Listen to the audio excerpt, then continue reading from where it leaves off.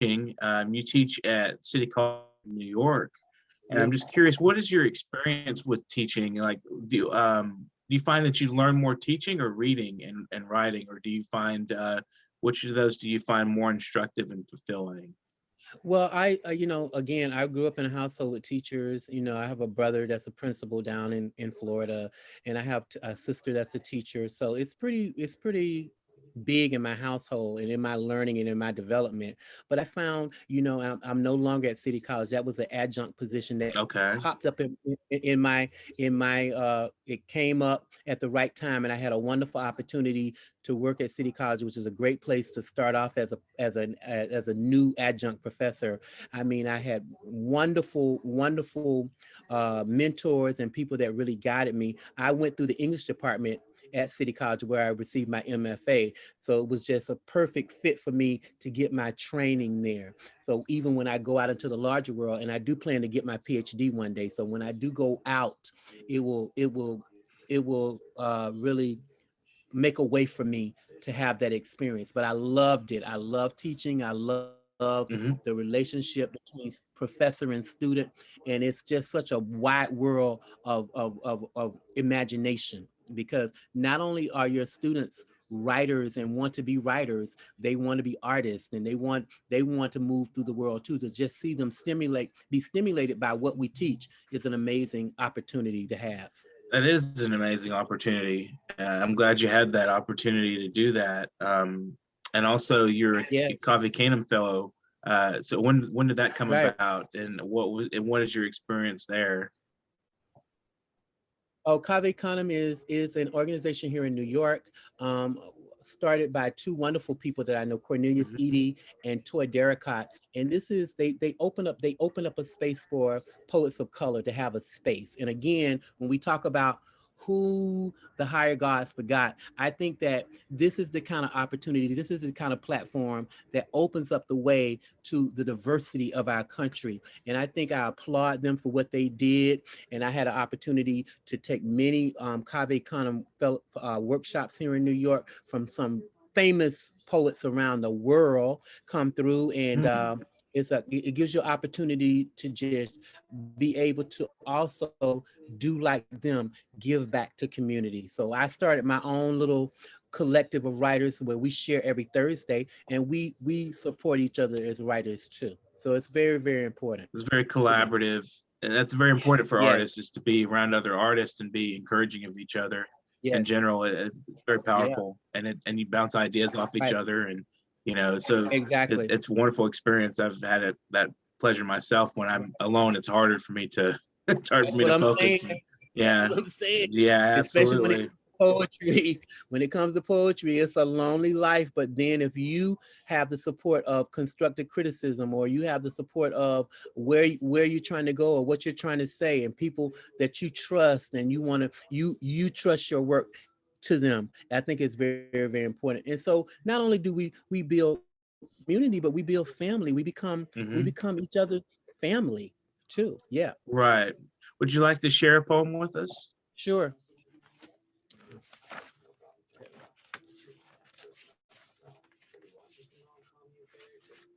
This is a recent journal entry that I wrote.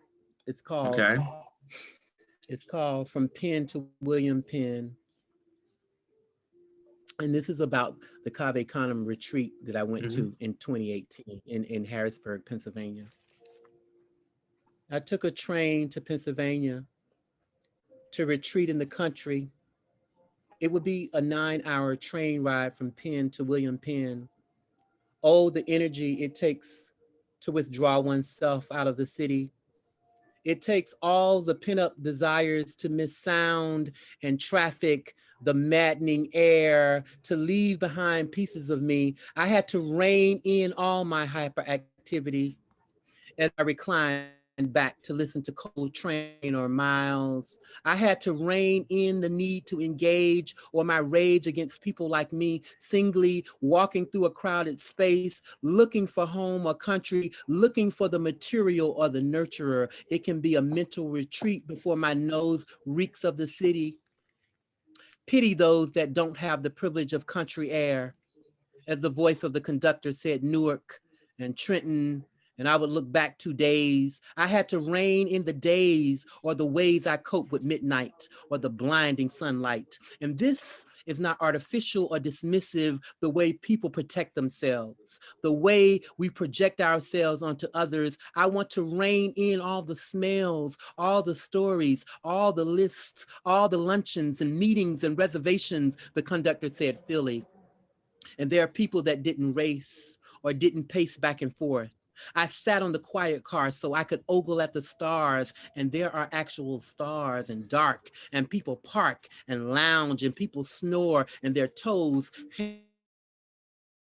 hang there with colorful socks, and they're hosting cows and miles of road. And I was told it was Johnstown and Latrobe and Pittsburgh and Edinburgh. It was a place without an electric shock, without bodega, without 24 hours. The town sleeps and peeks to see. It smells of rhythm. It feels whether it's real. I want to be disconnected, but instead I protect my exposure. I had to rein it all in. I had the country. I felt like a town car that ambles or idles or rattles like the forest. Pieces of me fell away on the train track. I left it in Essex or Greensburg, and the mountain made its round. And the air, I could say, it's quiet. And even this could be a riot for a person like me, singly, individually, moving from city to country, from traffic to threadbare.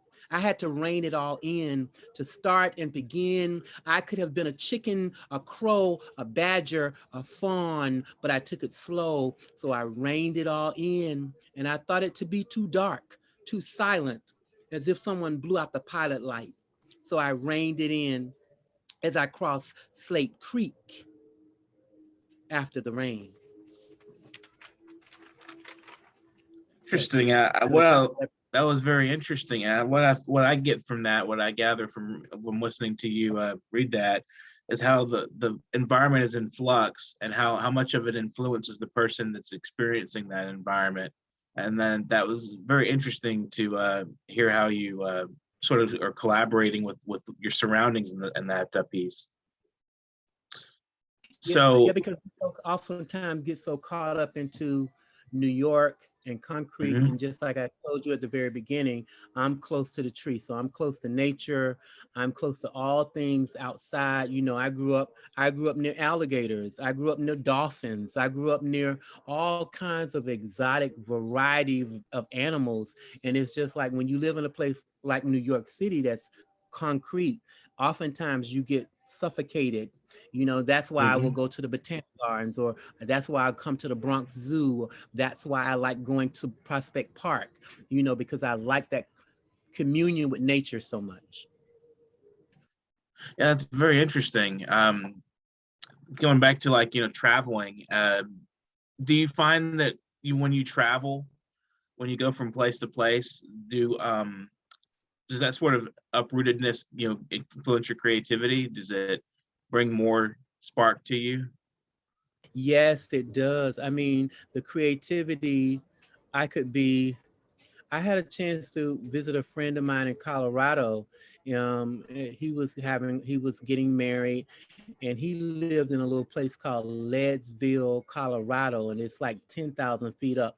And of course, after I got past the altitude sickness, then we could go to the mountains. And I mean, if no one has experienced the Rocky Mountains, oh my goodness, just the beauty of the environment alone. I mean, I was there in September and it was snowing, but I had a chance to just see just the beauty of being on a mountain, just the beauty of the aspen tree. I mean, I can't even explain to you that all I could do was write the whole time I was there. He was like, you want to go swimming? You want to go biking? But no, the creativity just overwhelms me when I'm outside in nature, especially such beautiful nature like that. Interesting. Do you find that, have you participated in poetry circles in other parts of the country? Like when you travel, do you ever go and say to a cafe or something and just read it?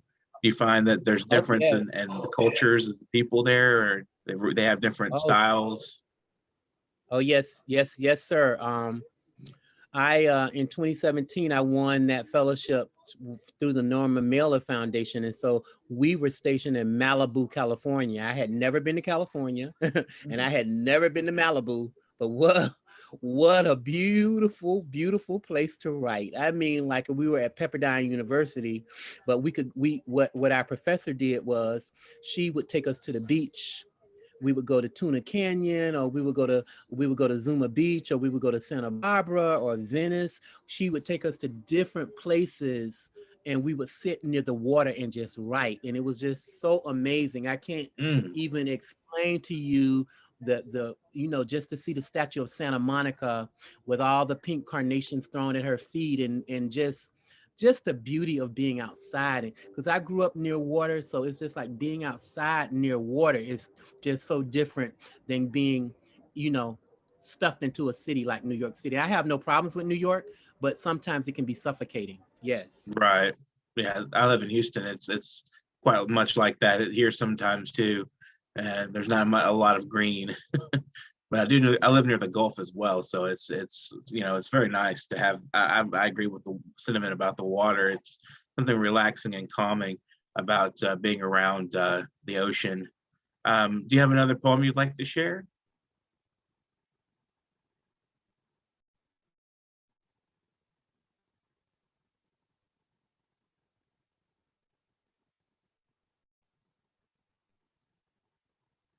I have to put these glasses on because this poem reflects my defiance against reading glasses, but finally I had to do it. But this is called Ode to My Reading Glasses.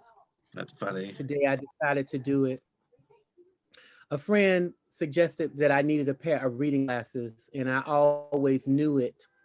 It happened in school when the words ran together like the rain, when it smeared the chalk words on the sidewalk. I couldn't imagine me wearing reading glasses as time passes. The sunshine deepens, more of a blood orange sangria. I mean, I felt like I walked into a dust storm several years ago, as if mobility will slow its pace, 1,000 pieces of grain or the pain of a headache. I beg for goodness sake, not reading glasses. It will mask my nerdy chic. After the sunglasses, after vision passes, and I can hear someone say, now you are 2.5. You're gonna go blind trying to read all those books. You need forceps to look and see all those people doing the pride parade. You think you're clever because you're wearing glasses. You may need bifocals or good grief trifocals, and you need to prune back the gray or the sleep instead of closing your eyes. You lied during the sight exam. You sham to eyeglass wearing public. It reminds me of my grandma or my grandfather when they said, pass me my glasses, pass me my teeth, pass me my Fixodent, pass me my liniment. And sometimes I just don't want to see. I just don't want to believe. If I have double sight, then I should be a part of the light. It's just me, an impediment. Careful with those assumptions. It's distasteful if you don't wear them, those reading glasses, like passing through another generation when my hair will never grow back. When I'm just tired of walking or people talking, pass me my reading glasses. I want everlasting eyes, not the kind that dies before near or far. Careful in the car.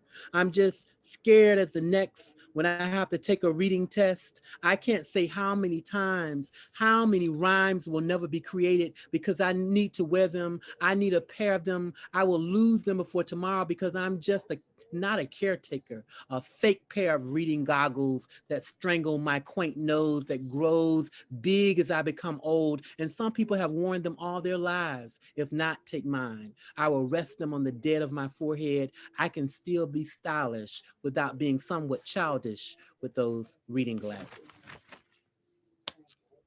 And from what I'm gathering from that, you connect wearing glasses with growing old and age, and there's like a fear of mortality there. That's a very interesting metaphorical leap there.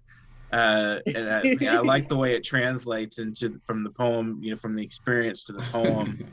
It's very counterintuitive. Pass me the glasses. I was, as you was mentioning, and you said the grandma said, pass me the glasses. I remember one of your poems titled Grandpa with No Name. What inspired you to write that poem? Remember, the poem is in your book titled Close to the Tree. Grandpa with no name. That poem is basically about my infatuation with my grandfather. You know, he was he was a veteran of the war. He fought in World War II. But when he came back from the war, he tended to be silent a lot. And all he wanted to do was work under his truck. So that gave him all his joy, all his happiness, was getting up in the morning, having breakfast, and then going across the street, working on his truck. So he liked fiddling, he liked being beneath the hood all day. In the Florida heat is tremendous. So he loved being beneath his truck, working on his truck. He just loved the mechanical part. So this was my way of just trying to resurrect his story, because he didn't talk much. You know, he would, you know, we did have conversations, but not much as a kid. But he would always ask me, come across the street and help me. Come and help me do this. But that's as far as it went. You know, we didn't have so I know there are lots of stories there. So that was my way of trying to really create a story for my grandfather and his legacy. Impressive. There's another poem that is titled A Temple of the Holy Ghost. Right. And you're referring Right. to Baba Robert Gibbons, the first. Tell Right. us about Right. the same person. Um, uh, well, you know, Baba means father, and so that's my long. How can I say, that's my long estrangement with my father, and so that again is trying to give voice to people, mostly men, you know, because my mom and my grandmother and my sisters and all my female relatives, they would talk a lot. They would tell stories. They would talk about things, but it's the relationship with the men in my life that, or the men in my family, that I had to kind of pull energy from them to have them to really talk, so that I could really recreate their story as a writer. And now, you know, that my grandfather is gone, he's transitioned, I can't get his story, but my father is still alive. And so this is my way of just really connecting with him and really trying to tell his story in that first collection. Great. How about the death penalty?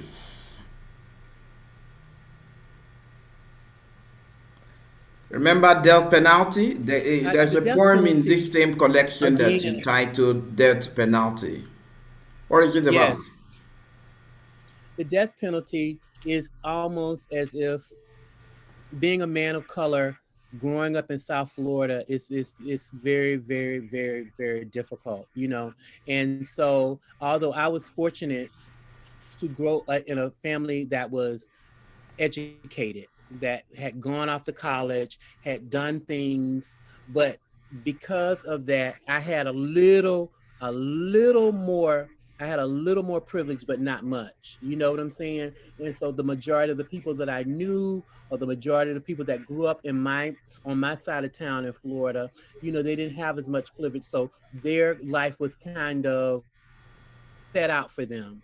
If you didn't have opportunity to go to college, then you would end up doing field work, which is similar to modern day slavery. So, you know, I grew up in a place where there's lots of sugar cane, you know, and for many years, South Florida would import people from Haiti and from Jamaica to come over and cut the sugar cane. But after that stopped, local people would have to go to the sugar fields and work in the factory and work in the fields. So death penalty is like uh, a declaration about that a certain life is already set up for you from birth, you know, and it is a death penalty if you don't have the opportunity to move away or go to college or have influential friends or those kinds of things. So that it was just a reminder to remember, to remind myself of where I come from. That's pathetic. It's indeed a death penalty. Before I transfer the baton to Dustin, I just want you to tell us about your journey in your letter to my journey. Letter to my journey. I was I did I gave that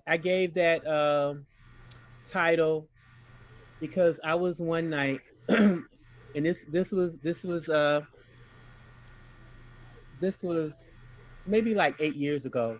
I was on my way to a trip. I was on my way to an event, a crossover in Staten Island, and I was on the ferry on my way to this event, and all of a sudden the ferry stopped, and this lady that was on the ferry decided to jump overboard. It was dark, so she decided to jump overboard and drown. You know, they couldn't find her in all of the helicopters and all of the things. The Hudson became like a movie set almost. And so I just so happened to witness that type of ending of a person that decided that there was no hope left for person. And so she decided to jump overboard, and it was just tremendous. And so whoever that person was, because we never had a chance to know who she was. You know, I think later I tried to track it down in the news, but we were kept away from the scene, the rest of the passengers on the ferry that night. But it was just a shocking incident that I just had no clue that would happen, and that would just totally stop everything that day. You know, we had to go back to the city. We couldn't go across the ocean. We couldn't go across the river because of this big incident until they found that person in their body. And I don't know if they ever did, actually. You know what I'm saying? I don't think they did. Yeah. So we have about 3 minutes left, and to cover any grounds that if you want to impart a message to leave with for your fellow writers, people of the world, you know, creative world, anything you want to tell them. Yes, thank you so much. Thank you so much for hosting me here today. I really appreciate the opportunity to really be part of this. I would definitely shout out all over with all my friends. In the future, I would definitely recognize you and support your mission, because I think you're doing a wonderful thing here by promoting local writers here in New York, and we really appreciate it. I like to just shout out my mother Dorothy, my father Robert, and my grandmothers Versi and Maddie, and my grandfathers Jethro and Sammy. I thank you for the journey, and thank you for the opportunity to have me here today. Thank you so much. You're very welcome, and we were glad to have you. And this has been Parrot TV Literary Corner. And please subscribe to the channel. If everyone out there who's watching, if you enjoy our content, subscribe. Yes. We're doing the 1 million viewer challenge, trying to get support for other creative writers. So please just support us, and we'll support you as well. So, thank you. Thank you so much. We're the only channel in the world, not only in the States, that give platform for creative minds within the States and beyond the States. We believe that supporting fellow writers is the only way we can progress. If we are not given a platform, we should create platform for ourselves. So this is why we're here, and this is why it is the Literary Corner. As long as you are literally minded and you are interested in creativity and you want to enter the creative world, you have the platform. That's why the Literary Corner of Parrot TV is set up. So thank you so much for your time with us. We hope to have you next time, while we'll also maybe collaboration with other creative minds. It might not be only you, it might be other creative minded people that will join you on the show. We appreciate your presentation. We appreciate your time with us. Thank you so much. Thank you. Thank you, Robert. It's been wonderful. Thank you. Bye. Thank you.